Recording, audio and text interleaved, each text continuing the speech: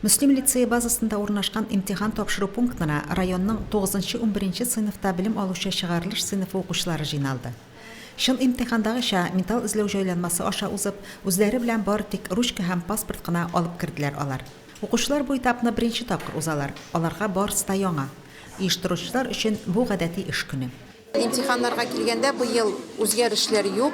9 sınıflar için 4 mecburi imtihan bular indi. Rus tili, matematika ham 2 soylab alu fəndən. 11 sınıflar için 2 mecburi fəndən imtihan. Rus tili ham matematika ya ise profil derecesinde ya ise bazı derecesinde bir mümkünlük var. Qolgan imtihanlarını, qolgan fənlərini özləri diləgənçə soylab ala indi 11 klass oquşuları.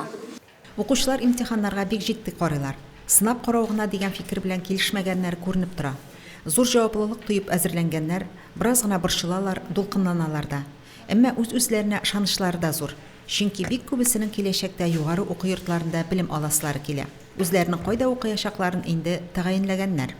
Сойлау фәненнән информатиканы сөйләдем. Чөнки ул предмет миңа бик ошый. Buraya bir de anlaşıla, bizim kızıksınam şunu bilen. Elbette yege gazilerini yağın karasak, elbette könütünü başılam, uyluyum, ezirlik bara. Min Zakiriya Daniyar Tokpular Mektebi'den keldim. Min Kafuğa, Barığa, Aşağım, Jima, Bik Karışamın. Мен җәмгыять белән биргә уйладым, чөнки ул миңа киләчәк уку йортында кирәк булачак. Бүген мин борчылмыйм, чөнки мин әзерләндем һәм борчылырга кирәк дип уйламыйм да. Укучы никадәр генә әзерлекле булса да, сынау психологик киеренкелек тудыра. Имтиханнарга укучыларны тәҗрибәле укытучылар әзерли. Алар һәр бала өчен борчылып торалар.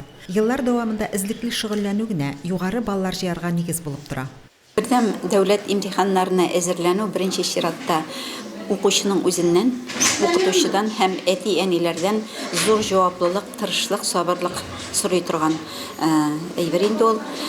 Әгәр дә инде укучы алданның үзенең укырга кирә торган юнәлешен белсә, бу өлкәдә әти-әниләр ярдәм итсә, поддерживать итсә, укытучылар инде үз чиратында шушындый укучыларны күреп, системалы эш алып барса һәм инде укучылар зур тырышлыкларын куеп, максатка омтылырга тырышып эшләсәләр, нәтиҗәләр әйбәт була, югары була.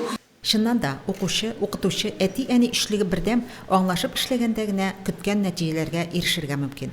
Найля Салахова, Динар Нуртинов, Мөслим телевидениесе.